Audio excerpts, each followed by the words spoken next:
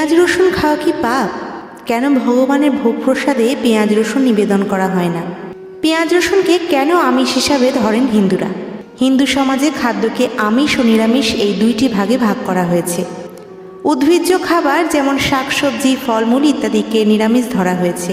আবার প্রাণীজ খাবারের মধ্যে ঘি, মধু, দুধকে নিরামিষ খাবার বলা হয়। হিন্দুদের মধ্যে পুজো অর্চনার দিন বা যে কোনো শুভ অনুষ্ঠানে নিরামিষ খাবার খাওয়া হয়। আবার পরিবারের কোনো সদস্য মারা গেলেও নিরামিষ খাদ্য গ্রহণ করা হয়। এই সব দিনে মাছ, মাংস, ডিম ইত্যাদি খাবার গ্রহণ করা নিষিদ্ধ থাকে।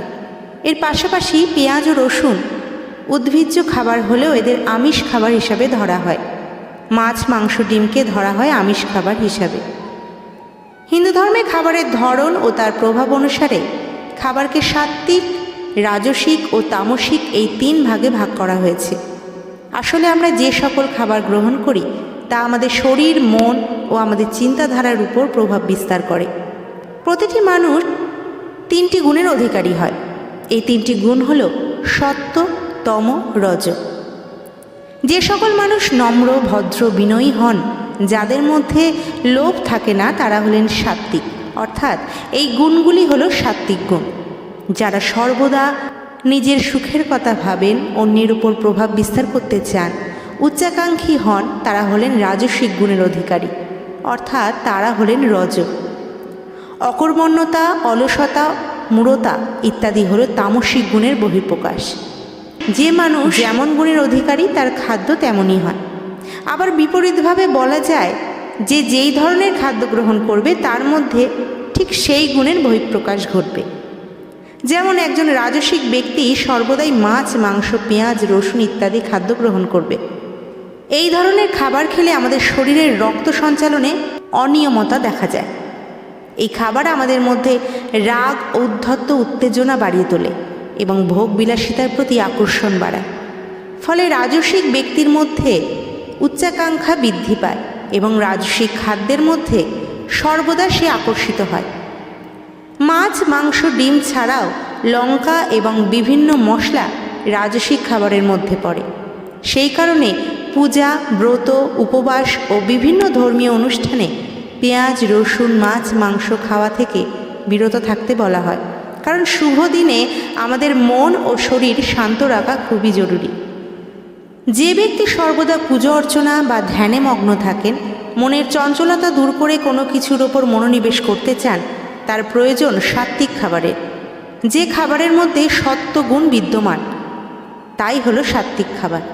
দুধ, ঘি, সবুজ শাকসবজি, ফল এই সবই হলো সাত্ত্বিক খাবার। এই সব খাবার যেমন সহজপাচ্য তেমনি পুষ্টিকর। দুধ, ঘি, মধু প্রাণীজ খাবার হলেও এগুলো আমাদের শরীরের উত্তেজনা বৃদ্ধি করে না, রজগুণেরও বৃদ্ধি ঘটায় না, তাই এগুলোকে সাত্ত্বিক খাবার বলা হয়। তামসিক খাবার আমাদের কলহপ্রবণ, অকর্মণ্য, বুদ্ধিহীন, ঈর্ষাপরায়ণ করে তোলে। তামসিক খাবার মনের কার্যকারিতা কমিয়ে দেয়। তার মধ্যে রাগ, হীনমন্যতা, বিষণ্ণতা দেখা যায়। অতিরিক্ত মশলা মিশ্রিত খাবার, অতিরিক্ত ঝাল, টক, বাসি খাবার, পেঁয়াজ রসুন মিশ্রিত খাবারকে বলা হয় তামসিক খাবার। এই খাবারগুলি শরীর, মন এবং আত্মার জন্য অত্যন্ত ক্ষতিকারক বলে মনে করা হয়। পেঁয়াজ রসুন মিশ্রিত খাবার, মাছ, মাংস, মসুর ডাল ইত্যাদি খাবার বেশি খেলে আমাদের রক্ত গরম হয়, মনের উত্তেজনা সৃষ্টি করে।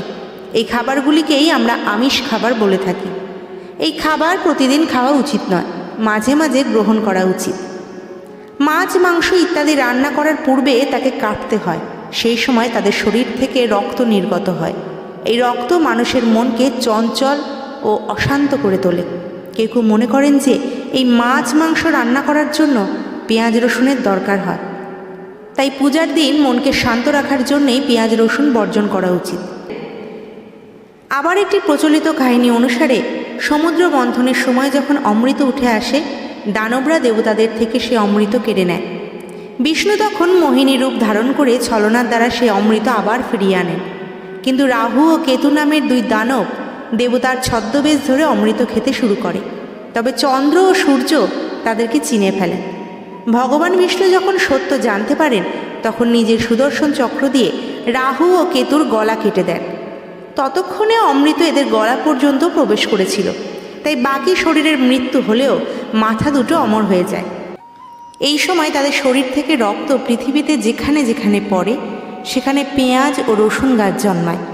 সেই কারণে শুভ অনুষ্ঠানে পেঁয়াজ রসুন খাওয়া বারণ। পেঁয়াজ রসুন আমিষ না নিরামিষ এর পেছনের কাহিনী যাই থাকুক, আসলে এই খাবারগুলি শরীরের উত্তেজনাকে বৃদ্ধি করে। কিন্তু পুজো অর্চনার দিন আমাদের শান্ত ও একাগ্র চিত্তের প্রয়োজন হয়।